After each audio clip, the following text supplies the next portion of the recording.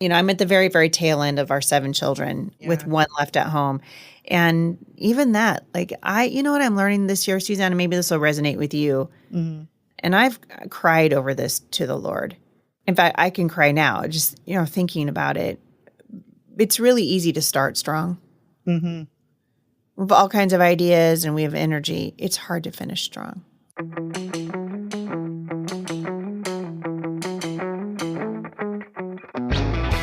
From the Florida Parent Educators Association, home of the largest homeschool convention in America, this is the Not by the Book podcast. I'm your host, FPEA Chairman Suzanne Nunn, and together we will hear from guests who share their journey to who and where they are today. Each one of them at some point left the expected path, ripped the page out of the book that says you have to do it like this, and made their own way. I hope these conversations inspire you as much as they do me. Today I am talking with author, speaker, and podcaster Heidi St. Together we discuss how Heidi found her way to homeschooling her 7 children and how the need for community in her own life became the impetus for building community where she lived and across the nation. A community providing practical resources for families and for busy moms everywhere. Listen in to hear Heidi's story. I feel like if anyone's read my books, they already kind of know because I've written quite a lot about my childhood, but I'm one of 7. So I have 7 children, so kind of interesting. I'm one of 7, 6 girls, and they all start with H. Heidi, I'm the oldest. Heidi, Heather, Holly, Haley, Hope, Hillary. And then I have one brother who is exactly to the day 11 months older than me. So we're like Irish twins. So every year for 1 month, we're the same age. That's awesome. So kind of an interesting dynamic. I grew up in a Christian home, but my parents were very, very unhappy. My dad was raised by an alcoholic who abandoned he and his mother. Mm-hmm. So my dad was forced to drop out of high school in Southern California and literally went to work digging ditches to provide for his mom and take care of her. And he was, as you can imagine, growing up the way he did, he was abused by his dad, and he was also very abusive toward me. And so my parents divorced actually when I was 18. Mm-hmm. And then my mom got married again and got married again. And I think for me, I look back over my childhood, and in a lot of ways, I think my mother's parents, my maternal grandparents, essentially put us through school. Like they put us through a little Christian school. And in a lot of ways, I think that saved my life. So like the police were a regular fixture at my house when I was growing up. It was rough. It was pretty rough. Yeah, but I have actually really good memories of my grandparents, and I have a few sprinkled in what I would call healthy, memories, but most of them are, my childhood was pretty rough. How was your sibling relationship? It was actually really good. And it's still to this day, with the exception of just one of the siblings who's kind of estranged from all of them, we get along really well. So the siblings are pretty close. There's a pretty big age gap. So, my brother and I, the oldest, and then there was 4 years and 4 years. So like my youngest sister is, 15 years younger than me. And we kind of grew up because by the time, so when I got married, she was only 4. And then my mom remarried. And so she grew up in this just my mom married another abusive man. Oh, wow. And so she grew up in like an abusive environment, but just in a completely different way with a man who wasn't actually her father. So, we're still really close to this day. Most of us live, within about an hour and a half of each other, which is kind of fun. That's good. And my sister Haley, who works here with me at the Homeschool Resource Center. So I see her all the time, which I super love. But I would say the siblings are pretty close. Good. And is there anything that, when you're looking back at your younger years, whether it's a childhood or teenage years, that really sticks out to you, that makes you feel like, I know a lot of the times we don't know what we're going to be when we grow up. We don't know what we're going to do, Yeah. But I always feel like there's something that gives us if we look back, once we know what we're doing, you can kind of look back and go, you know what? I should have figured this out because when I was a kid, whatever, Is there anything about your life like that you're 100%. like? Oh yeah. I've actually never been asked this question, but I talk about it when I'm speaking a lot, because I think this is something that honestly, like the school system, you can see how education is sort of geared against looking to natural giftings and abilities in children. Right. And I noticed one day when I was going through, my mom gave me like a box full of stuff from my childhood a long time ago. And in the box was report cards back in the day when they were handwritten. Oh, yeah. And so I had all these like handwritten report cards. And I was a good student, largely, I think, because I was trying to get away from home. And so I did everything I could do in the school. I mean, I got involved in everything. If it was happening, Heidi was doing it. And on the back of my report card, starting in kindergarten, no joke, all the way up through like, I don't know, probably through junior high, it would say, Heidi's a great kid and I got good grades, but she talks too much. Heidi's a great kid. We had to separate her from her best friend, Sharon, because they just would not stop talking. Heidi was passing notes in class. Heidi was, no one ever said, I wonder if you might be a teacher. Yeah. Or, you talk a lot. I wonder if you might be a speaker. Yeah. I wonder what would have happened. So I sort of naturally gravitated toward that. So I'm like the senior class president.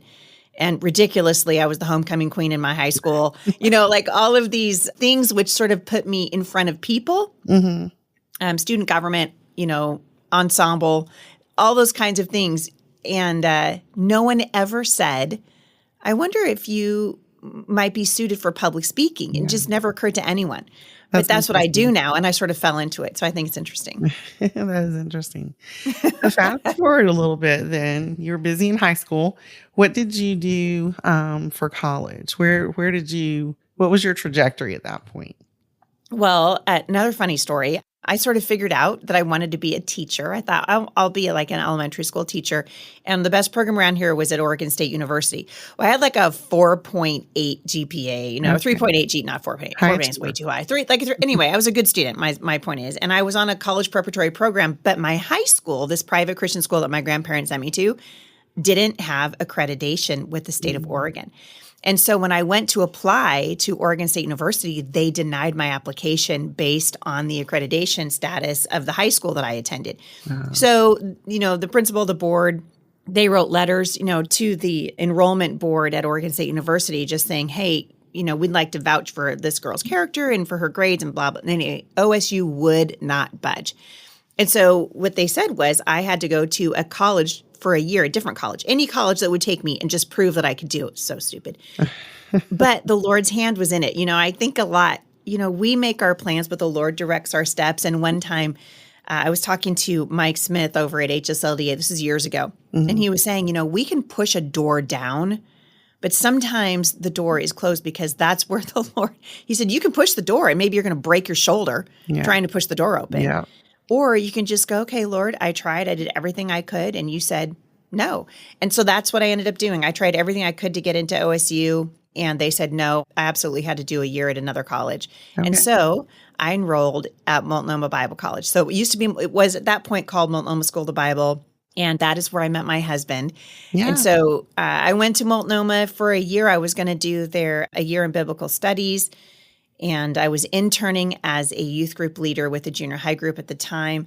And so that put me in close proximity, obviously, to Jay. I'd met him a year before because before I went to Multnomah, I was interning at the church that we both went to, and he was a student. Okay. But it changed the course of my life. I never did go to Oregon State University, never did get my degree in teaching. Instead, I got married. Yeah. I got married at 19 and I helped Jay finish up his degree. And by the time he graduated from Multnomah, we had 2 children, Savannah and Sierra. So it really did change the course of my life. And interestingly, also, I still ended up doing, I think, what I was born to do outside of being a wife and a mother. And that is writing and speaking. And the Lord still made a way for that. And I think people need to hear it, Yeah. I often think about what Mike Smith said to me. I could have pushed that door down and, gone and threw a fit and just gone to a community college and, in sort of a protest year. But instead I was like, okay, Lord, you don't want me there. So where do you want me? And I don't think God ever wanted me at OSU. Yeah. So, he used kind of an interesting set of circumstances to prevent me from going there. But it was the right thing. It was the right thing. That's awesome. Yeah. And so you and Jay met, married, started in ministry because that's what he was studying to do. Yeah. Ministry. Yep. I know your story, so I try not to jump too far ahead. But but anyway, there were some things that happened because you started with the traditional school Yes. scenario with your kids. And I know that changed greatly. You want to share a little bit about what Yeah. happened there? Well, I think it's worth noting that I never wanted to homeschool. Mm-hmm. Everybody that I knew that homeschooled, I thought they're just completely weird. I mean, and to be fair, some of them were pretty weird. Like these are the people Some who are like, still I'm are. not going to register my kids with Social Security, and Yeah. and it was the traditional sort of what we would consider. I'm not trying to hurt anybody's feelings, but what we would consider kind of a homeschool stereotype, the denim jumpers and the kids didn't participate in youth group. And we got to remember, I grew up participating in everything. Everything, yeah. And so I just couldn't conceive of why a woman in her right mind would want to be locked up with her kids all day long when a yellow bus come take them away for free. Yes. And they could maybe have a great time. Well, I didn't go to public school. I went to a private Christian school. So we put Savannah, our oldest daughter, who is now expecting her 5th baby. That's crazy. I know, it is so crazy. That's crazy. But we put Savannah into a private Christian school, the same one I went to. And Jay and I quickly discovered that on a pastor's salary, we couldn't afford that. And so then we put her in another Christian school, a smaller one, which the tuition was a little bit less, but still, I was like, shoot fire. We were about as broke as you could possibly be. Yeah, and we just couldn't do it. So the next year, her 2nd grade year, I put her in a public school, a little public school. And I didn't hate it. I mean, I would hate it now. I mean, I think the schools are very, very different now than they were, 30 years ago when this was happening. But I didn't hate it. But there was a bomb threat that came into her little school.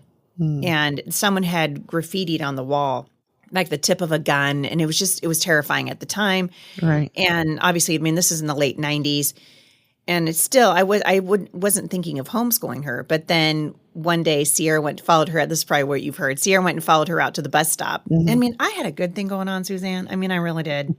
The bus came right to my front door because my front door was the pickup station for the neighborhood. Yeah. So the bus came right to the front door, and Savannah would go out there every morning about 7:15, catch the bus.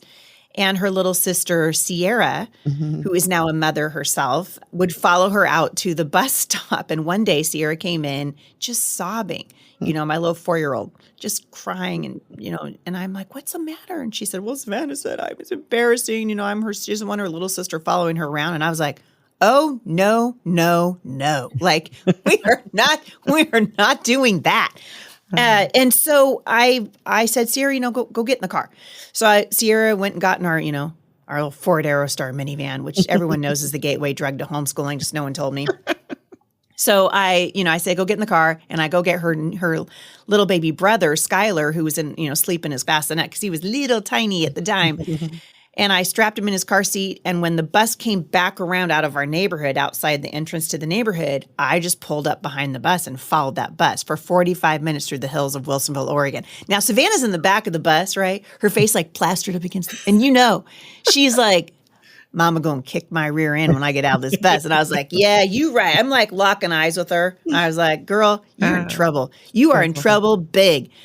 And literally for 45 minutes, her friends were like, your mom's following the bus. I mean, Suzanne, girl, I'm in my pajamas, right? I'm in my pajamas, and I'm like, I am not going to let this go, because you don't get to treat your sister that way just because you think you're this cool little whatever she was, 2nd grader. So the bus pulled up in front of the school. Savannah gets out of the bus, off the bus, comes back to the car. And of course, thank goodness, I didn't even need to get out, which was good because I was in my pajamas.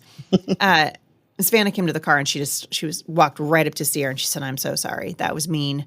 I'm sorry. Please forgive me. And that was the moment. That changed everything for me, because I'd already been like, I wonder, here's Savannah. She's gone from me from 7:30 in the morning to 4 in the afternoon, 5 days a week, 9 months a year. And the school was getting the best of her, and I was getting what was left of her. And about that same time, I was going to go sign Sierra up for the next year. And they said, well, she'd missed the age cutoff by like 2 weeks. And I'm like, what are you talking about? I had this super bright, inquisitive little girls, totally ready for their little kindergarten program, whatever. And they said, no, you'd have to wait for the following year. So I made the fatal mistake of going down to a homeschool supply store in Oregon City. And a guy appropriately named Eli, which, this is my stereotype. I'm like, of course, the name of the guy that is in the homeschool resource center or the homeschool supply store is Eli, because of course. And I just told him, I'm like, Eli, dude, can I call you dude? Is that okay? Like, I'm not interested in homeschooling. I'm just trying to give my daughter something to do while we wait for the age thing to roll around. And he just kind of looked at me with this little impish grin. And he gives me a book called Teach Your Child to Read in 100 Easy Lessons. Okay. And I go home with this book and I sit down with Sierra and I realize I like this, right? Like 2 weeks into it, she's learning letters and Jay's coming home from work in the afternoon. I'm like, listen to what Sierra's doing. I did that. She's reading the word am. And I feel like I'm this like homeschool superstar, Of course. And I'm starting to realize not only do I love this, like now I'm back at the homeschool supply store and I'm getting like, the alphabet to put up along the wall, along the ceiling, as one does. And I got posters of the presidents, to be fair, only my favorite presidents. Right. But I still put them up. I'm like, Mom is doing school. That's so fun. And I realized, gosh, I'm accomplishing with her in an hour and a half every day what it's taking the public school 8 hours a day, 9 months out of the year to accomplish with my daughter. And not only am I loving homeschooling the younger of my daughters, she's learning at a faster pace than her sister was. Right. And I started just thinking, why am I doing this? I wonder if maybe I'm suited to be a homeschool mom. So like one day, Saturday morning, I wait for Jay to wake up and I'm like leaning over the bed, just waiting. When your kids like come up to the bed and they wake you up by the presence. Yeah. Yes, you feel them. So he kind of opens his eyes. I lean over. I'm like, hey, good morning. What would you think if we homeschooled our kids? And he was like, bolt out of bed. He's like, who are you? What have you done with my wife? Like, you don't want to homeschool. The homeschoolers are weird. Did you get the memo? Remember that? The homeschoolers are weird. I was like, I know, but I actually like Eli. He's an okay guy. And also, now he's sold me a math book and a handwriting book. And I am You're killing it. I'm doing the thing, right? And so Jay said, no, he didn't want to do that, but he would pray about it. And about a week later, he was like, yeah, I think that's what the Lord wants us to do. And in the Lord's perfect timing, it was right before Jay took a job as a pastor up in Northern Washington. So we were going to move anyway and, take Savannah out of that school that she was in. Right. So I went to her teacher, knees knocking. I took a whole wagon, literally full of like curriculum and stuff because I wanted her teacher to know, I'm serious about this. And I just said, hey, I think we're going to homeschool Savannah next year. And this was the Lord also, Suzanne, because she just looked at me and she said if she could start over, she would homeschool her own kids. Oh, wow. And she's like, you're going to be so great at this. You're going to love it. And she was right. We never looked back. Of our 7 kids, Savannah is the only one that's ever been to a traditional brick and mortar school. And it was just the best decision that we ever made, outside of introducing our kids to Jesus. That was the best decision that we ever made for our kids. So, yeah, I took the long way, into homeschooling. But now my grandkids are being homeschooled. Like our oldest grandson is 12.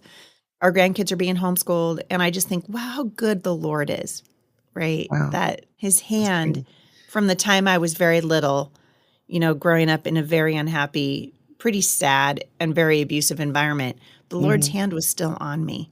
And even though my steps, I felt like were being kind of chosen for me, God was doing something. So I love that. So you've moved now and you don't have probably a homeschooling community, right? Right. You're homeschooling your children and loving it. Yep. What were the next steps? Finding community? Did you just start talking to other moms that were doing this? How did you move forward? Well, it was the Lord's, again, just his direction, because Jay took a job as a worship pastor up in Northern Washington. So we moved, and now I'm a pastor's wife in a community that I'm unfamiliar with. I went down to a homeschool store there to get some stuff for the kids, and I just sat in my car and cried. I didn't know anybody.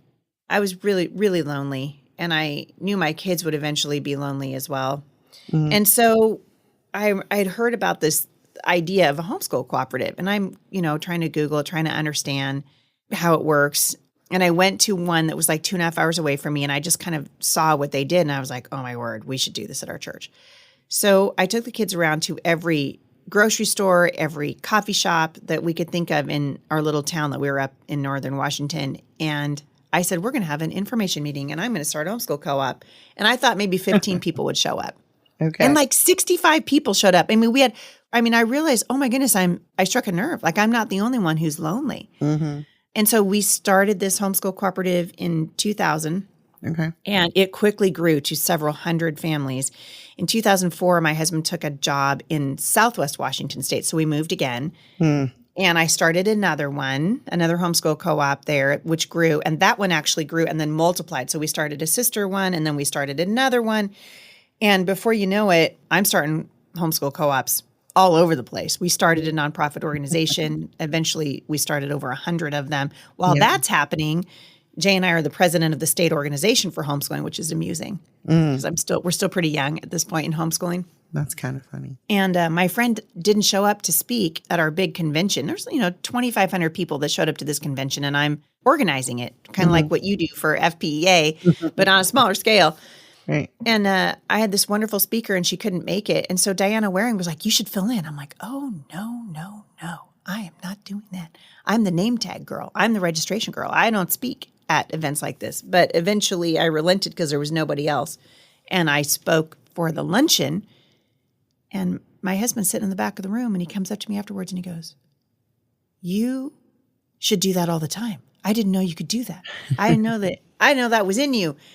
Before I knew it, I was getting, someone asked if I could speak in Seattle, and then somebody else called and said, "Hey, could you come down to Tucson and speak for a mother's group down here?"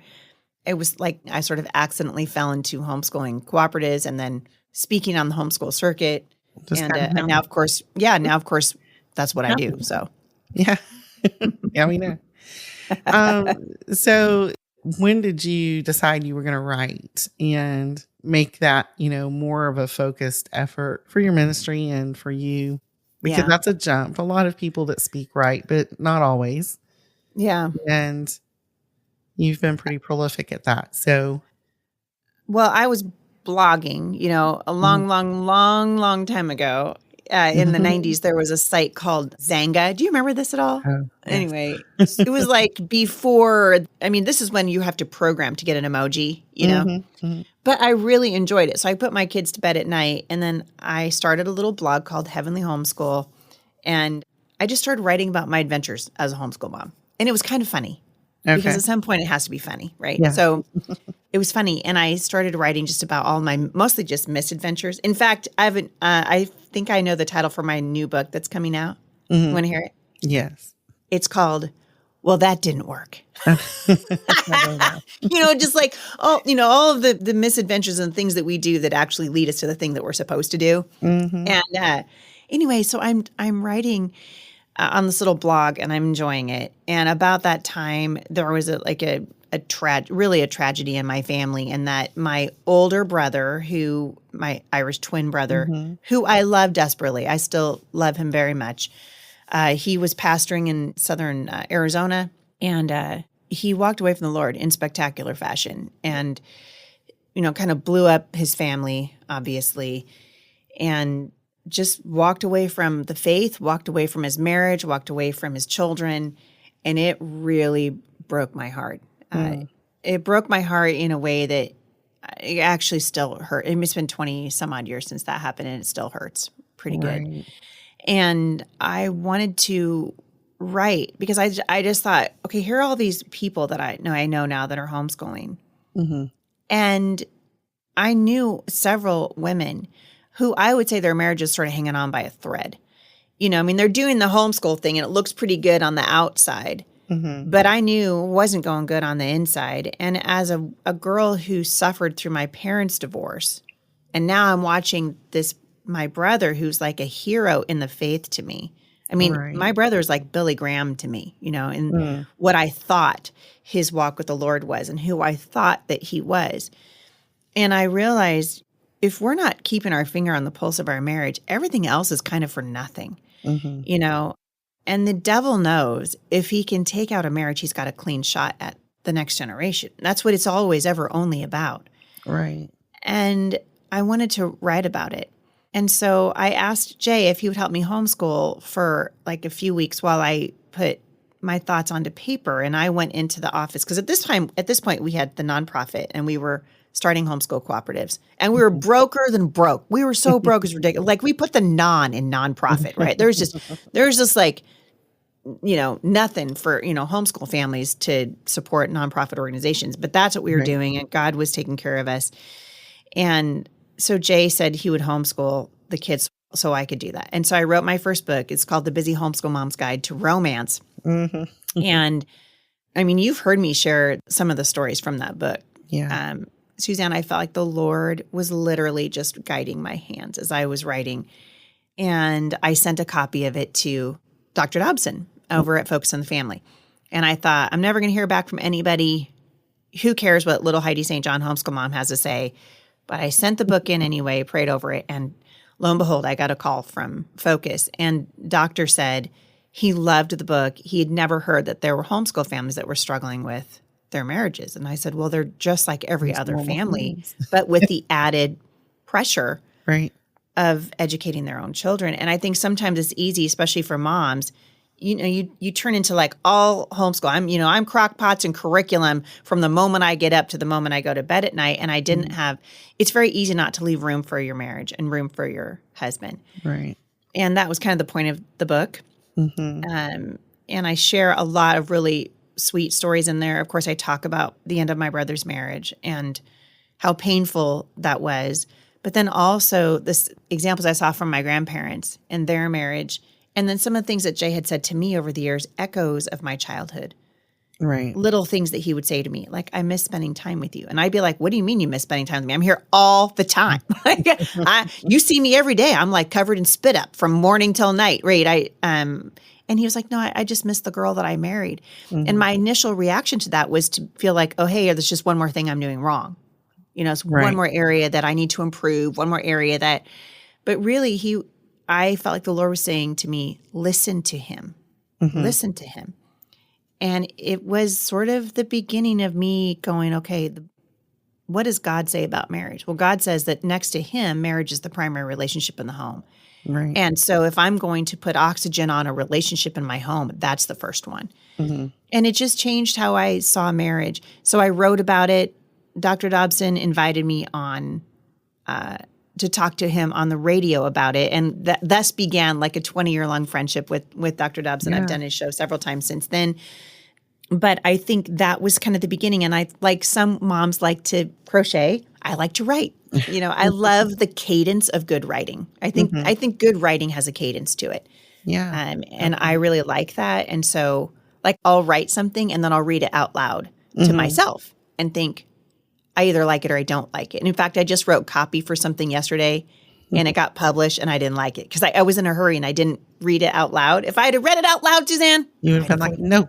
I'll have to go back and finish that.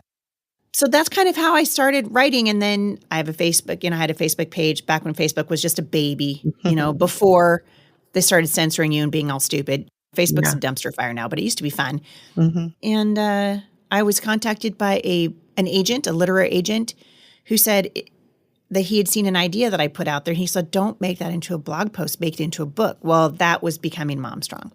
So I had pitched out there to my readers, oh, hey, I'm starting a series called Becoming Mom Strong.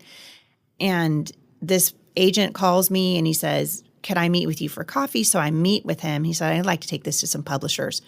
Don't publish it on your blog. Let's turn it into a book. And so he did that. And he took it to, I got offers from almost all the major publishers for it. I ended up going with Tyndale. Right. And I signed a 7-book deal with Tyndale, which I think is probably a first for like a baby author like me. I have loved that company. They're just a wonderful publishing house to work with. And I have one more book left in that contract, which I think hopefully will come out either later this year, probably next year, in 2026. Yeah. We write Bible studies all the time. So while I'm writing for Tyndale, I'm also still self-publishing. I love writing. And my agent at the time, he doesn't represent me anymore, but the agent that I had said something and it stuck with me. He said, writing multiplies the ministry of the message that God puts in your heart. So if God puts it in your heart to say something and you can get hooked up with a publishing agency or even self-publish in a way that's successful, right? Then long after I'm not in an area anymore, someone can pick up that book. Like I've seen my books in secondhand stores and people get offended. I'm not offended at all. That just means somebody bought the book. Now it's being resold and someone else is going to hear a message that hopefully is healing to them. So it's like, I remember before I knew Heidi St. John, but I remember going into the convention hall and going to your booth And I looked at your book. It was the Busy Homeschool Mom's Guide to Daylight. So that's the one. Yep. And I saw it and I was like, because in my heart of hearts, I'm Doris Day. And I see this person on this book that looks like, oh, she's Doris Day. We can do this. Like we can actually do this. Yep. And then I went to hear you speak. And I was like, oh, she's Doris Day with like a sword and shield. So here we go. So Doris Day with a sword. I love that. So I totally related. And I appreciated that because I think that for so many homeschool moms, that really we embody a lot of that. I think, to do homeschooling, you have to be willing to be different. Yep. You have to be willing to step outside of what that norm, that trajectory is for your family, for your community, whatever it is. So to a degree, you need the strength that comes with that sword. But at the same time, you want to have the home and you want it to be made well and you want to encourage your family and build them up and love on them and do the things. And I was like, man, if there was ever the embodiment of somebody that brought together that, vision in my head of, we want to be that homeschool mom that does all those things. But really there's this other strong person living inside that body, it's got to be out there fighting. So I loved it and I appreciated it that was probably my first introduction to your books and the first one I had. So, and then the rest is history. I mean, I've come along and had a chance to know you and see you wield the sword a lot more along with we've had a lot of fun over the years. That's for sure. Yeah. Came along. So let's talk a little bit about some of the other things. I know that you have become very involved in homeschooling, encouraging homeschool moms, writing, spreading your message for the homeschool mom. And then you begin to step into more of a cultural battle and take things a little bit more seriously with our political systems and running for Congress and taking the voice that you had that was growing nationally and internationally even, and then using it for something, bigger than yourself. Mm-hmm. So how would you encourage somebody that may be feeling those same kinds of draws? Because those are scary places to go when you just want to be the homeschool mom, right? Right. So how would you encourage somebody that may feel those same kinds of draw that you had to something bigger than you? I think there's a couple things that come to mind immediately. And one of them is, our lives as Christians, we're called to obedience. And so if the Lord puts something on your heart, then I think, we need to obey. What is it that, like people ask me sometimes, how do I know, what the Lord wants me to do? I'm like, what is it, the thing that keeps you up at night? Mm-hmm. What makes your palms sweat and your heart race? For some people, it's the issue, it's the pro-life issue. Some people are just like, abortion is the thing that just makes them like, I want to fight that. I want to be involved in that. For some people, it's going to be defending their families, Right. And for me, like I said earlier, I love people. Mm-hmm. I love our country. I'm the girl that cries at the national anthem. Yeah. I love our country. I have a very healthy, my granddad actually took me campaigning for Ronald Reagan when I was a kid. And yep. I mean, I had the button, the whole thing. And the politics bug bit me when I was probably, 10 years old. Mm-hmm. And I've always been involved politically, at least in the when I was busy as a mother, the very least I'm going to do is vote. I will always, we know what's going on politically in our home. But I have seen, and I know you have too, over the last 15 years for sure, there's such a malaise in the Christian community towards politics. And we decided to get out of it. We were told that religion and politics don't mix, the lie of the separation of church and state. Pastors stopped talking about what was happening politically. Well, politics determines policy, and policy shapes the nation. Why Christians would not want to be in the policy shaping business is absolutely mind-blowing to me. Mm-hmm. And so I started just sort of step into it. First I did it out on the road, at conferences that I would speak at, and just kind of pulling a little bit of cultural truth into my podcast and into my speaking. Mm-hmm. And eventually I ran for Congress. In 2022, I ran for Congress. And I think, to me, it's obedience and also it's priorities. There's so many things that go into what God wants you to do. I think you have to be able to read the room, particularly as a mother. Mm-hmm.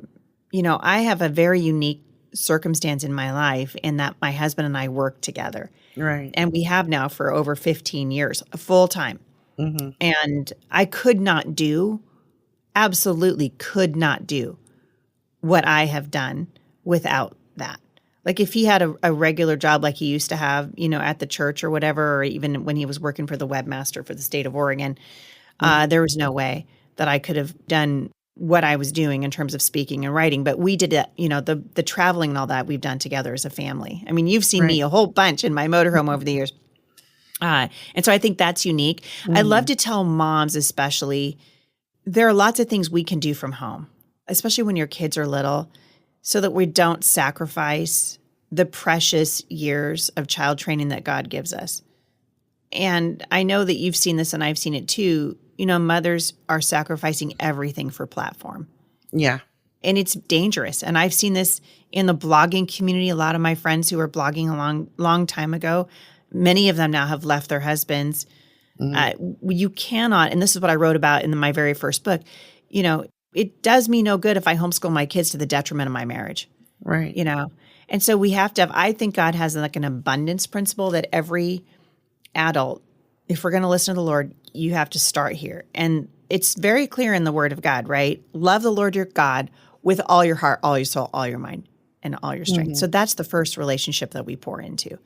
And I have an overflow of what happens between me and the Lord as I learn to listen to his voice, learn to follow him, learn to be still. Let the Holy Spirit convict me when I'm being a jerk so I can hear his voice. So he can be like, hey, Heidi, shut up. Oh, that's the Lord. He's the one. And then out of an overflow of what happens between me and the Lord, I pour not into my children, but into my husband, right? For those of you who are married, obviously it's different if you're not married. But for those of you who are married, that is the primary relationship in the home. And out of an overflow of the strength of the marriage, we then pour into our children. And out of an overflow of a healthy home, meaning, am I doing what I'm supposed to do, my first responsibility before the Lord? Am I loving my kids well? Am I providing a good home for them? Am I being a good keeper at my home? Am I making good meals for my kids? Am I being what God wants me to be in terms of discipline and training my children in righteousness?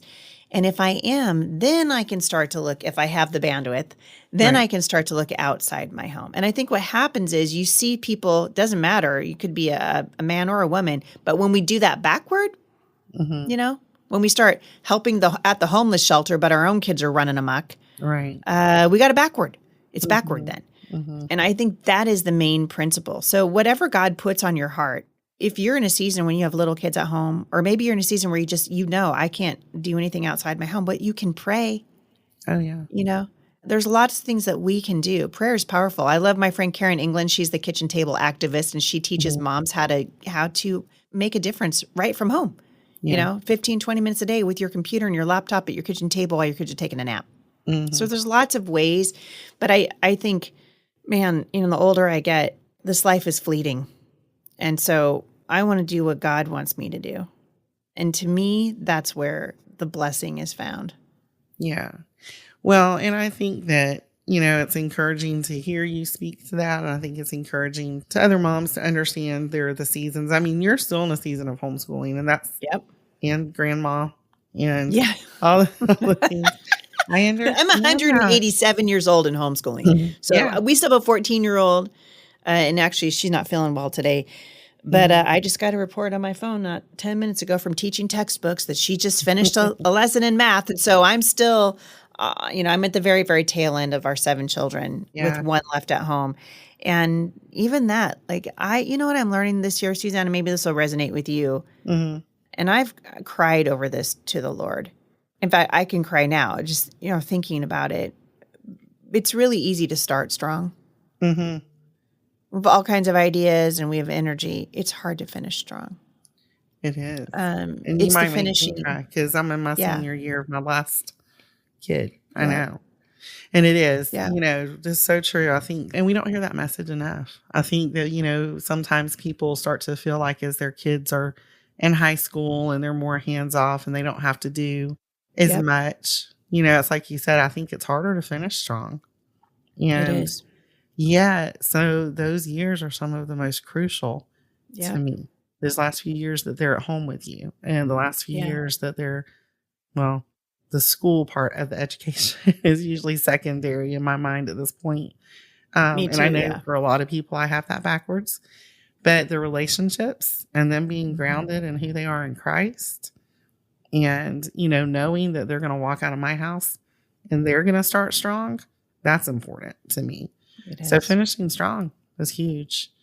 Yeah. And I think a lot of people need to hear that message and just be encouraged in that. Yeah, it's a major deal. And I think the tendency, at least for me, given all the things that I have going on, and we haven't even touched on the Homeschool Resource Center, which is a huge component of what my husband and I are doing now. Mm-hmm. It's easy for me to wake up every morning like I did today to, 15 text messages and people who are like, I need to talk to you on the phone. And what are you doing? And just, if I don't ground myself in the Lord and touch base with my husband, touch base with my daughter, I'm not going to get another shot at it for the rest of the day. I mean, it's the morning. And I told my daughter, Sailor, last night when I was talking with her, I just said, I just want you to know, I love being your mom. I love being your mom. And though there's 20 years between my oldest and my youngest, and so I'm kind of tired. And you can relate to this, right? I'm kind of tired. And I just keep asking, Lord, help me to finish strong. Give me what it takes to finish strong. And I think He will. But we have to keep coming back to Him for it. Oh, yeah. Yeah, definitely. But, I think that is something that, again, if we are seeking that and we're asking God to give us the measure and the bandwidth to manage that, I know for certain He'll give that to us. And it honors Him, and I think that is how we honor Him the best. So you mentioned your project you're working on now, and I always like to kind of get there. I guess that starting your little homeschool co-op to begin with really has grown into this whole other major venture for you. Tell us a little bit about what you're doing. Well, in 2016, we'll go into the way back political machine. In 2016, some of your listeners will remember that Barack Obama issued his the first of what would turn into be transgender insanity in the United States, right?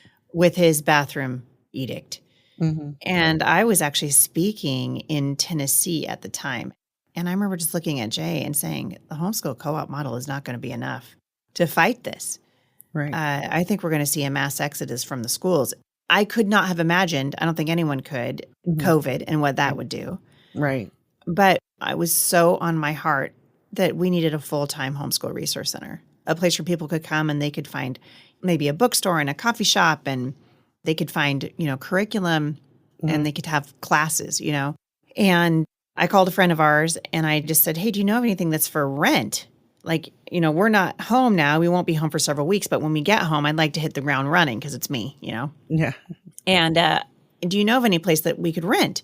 He said, no, he didn't know of anything. And then about, I don't know, half an hour or so later, I was on Eastern time at the moment, and most of my people are up on the West Coast. So it's, 7 o'clock to him, but it was 10 o'clock for me. He calls me back and he goes, my wife and I, we just went to prayer about this.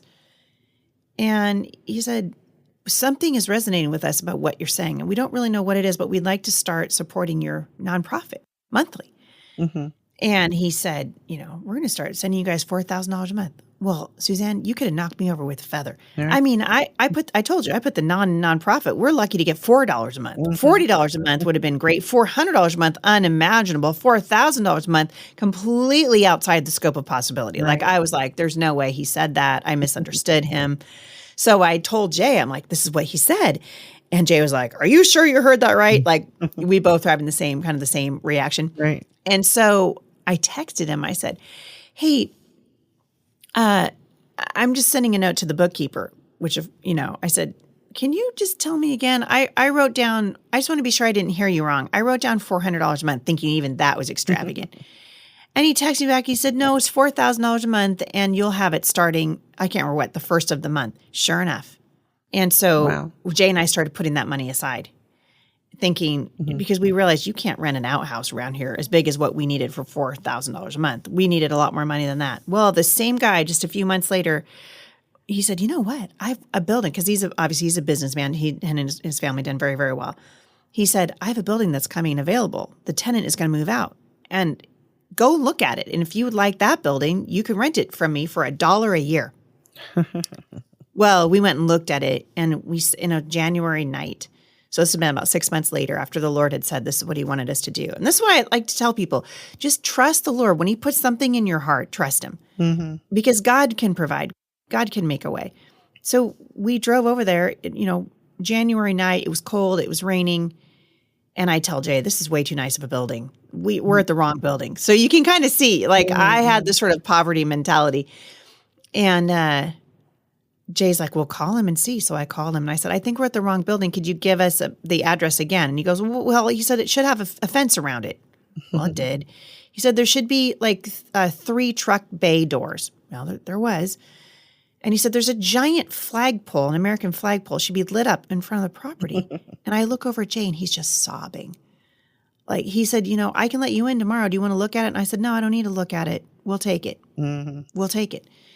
And it needed quite a bit of elbow grease just to transform it into what we needed it to be. But I'll tell you what, that was the beginning of that. And right about the time that bathroom bill went into effect, in 2017, we opened the Homeschool Resource Center. And then, of course, COVID hit in 2020.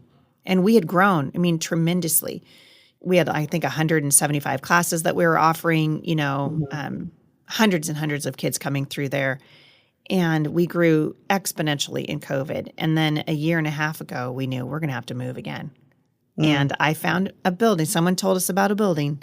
In fact, it's where we are now. And I went and looked at it. And I was like, oh, my word. This is crazy. And it was for sale. The early pictures of that and praying for that building. Yeah. Right. It's crazy. And it's crazy. We were praying too. This building, we'd gone from, 20,000 square feet to nearly 60,000 square feet in the building we were looking at. And there's no way we could afford it. The guy who was selling it wanted $16.5 million for it. Well, we didn't have $1 million in the bank. Not even close. And so we started bringing people over here, mothers and families, and we just started walking around the building. We did it several times. We walked around the building 7 times. And we touched the bricks of this building, and we were like, Father, we need a new building. We could do so much more with more room. And this building has a state-of-the-art auditorium in it. It was everything that I had ever dreamed for a homeschool resource center. And the Lord in his mercy provided the very last minute, like he always does, rarely early, but never late, right before we went to closing. Everything we needed right down to the penny. And we paid $16.4 million in cash for this building at closing. That's amazing. And God did that. It certainly wasn't Jay and Heidi. It was the Lord. And now we have registration this week, actually, and we've registered over 800 students on the first day. Right. We have over 240 classes being offered here right now. Crazy. It's amazing. And I call it Choose Your Own Adventure Homeschooling. So if you need an algebra tutor, we've got a tutor for you. If you want your kid to learn carpentry, we're doing that. Automotive, dance, choir, sports. Yeah. Whatever. And it's not a drop off. People can't drop their kids off. Not a school. I love you and I don't want to be your kids. I'm not your kids. They're not my responsibility. They're yours. Right. But it's wonderful. And we really have a vision to see these open all over the country. And that's kind of the next step. And we're still just prayerfully kind of moving that direction, because I really do think politically and every other way, our public schools are the root of a lot of the problems that we have in this country, because we're training a generation of kids not to be critical thinkers. Yeah. We're training them in many cases to hate the country. The whole transgenderism, teaching our kids there's 400 genders and you can be a narwhal whale on Friday if you want to be. So much is wrong in our schools. So many things. Yep. And we put temporary Band-Aids on it, but then every year by the hundreds of thousands, kids graduate from our schools with this ideology, and it's going to kill the country. Yeah. And so we're really working from this end to sort of see what can we do to combat that. And the Resource Center is a huge part of that. So it's exciting. People can find out about it by just going to Firmly Planted Family and just clicking on the Homeschool Resource Center. Yeah. Well, it's exciting. It's exciting to hear stories. I love hearing the stories of, I'm in a place I never would have found myself in my own mind doing something that I love, and hearing the stories of other people and how they found their way to the places that they're supposed to be serving, the places they're supposed to be working, and just, hearing How God orchestrates that is amazing to me. So Yeah. thank Yeah. you for sharing It's that with us. beautiful. Thank you for God being can do here. anything. I think that's what people need to hear. God can do literally anything. He's the same. We serve the same God today that spoke the world into being. Yeah. And nothing is impossible for him. And so This is true. we pray into it and just say, Lord, we want to do what you want. See what he does. Well, I agree. And I like to ask because I think that, especially for people who are writers and readers and, I think that there's always this, like these quotes or these things that we keep in our minds that come back and that feed into us when we're maybe working through things, just as an encouragement or reminder. Do you have a quote or do you have anything that you would share to encourage our listeners? Boy. Well, if it's a quote you're looking for, one of my favorite quotes, I tend to change them up depending on the season that I'm in. But you know me and my love of history. And I was at Andrew Jackson's Hermitage speaking for an event several months back. Yeah. And I've gone to the Hermitage several times over the years. I mean, if there's a historical place that I can tour when I'm on the road, I'm going to do You're it. there. And anyway, Andrew Jackson famously said, "I was born for a storm, and a calm does not suit me." And I loved it so much because if you're alive in 2024, you also were born for a storm. You're born for this time in history. And it just encouraged me. We read the story of Esther, and of course I teach on it all over the country, but she was born for her time, just like Suzanne, you were born for your time, and I'm born for my time. And we live in an incredibly amazing time in human history. Oh, yeah. And we were born for it. And I love that. So I love that quote. That's Andrew Jackson. And it's on the wall at the Hermitage. I love that. Love it. Well, thank you. Thank you for sharing. And we'll look forward to seeing you in May 2025. I can't wait. Orlando. I can't wait. I love FPEA, one of my favorite conferences in the nation. And that's saying a lot because I've done them all. So you've done them all. That's good to know. Good to know. Well, thank you. Thank you, my friend. Thanks for listening to the Not by the Book podcast from the Florida Parent Educators Association. To learn more about homeschooling in Florida or to find resources to help you on this amazing journey, visit our website at FPEA.com. If you have any suggestions for future guests, contact me, Suzanne, at notbythebook@fpea.com.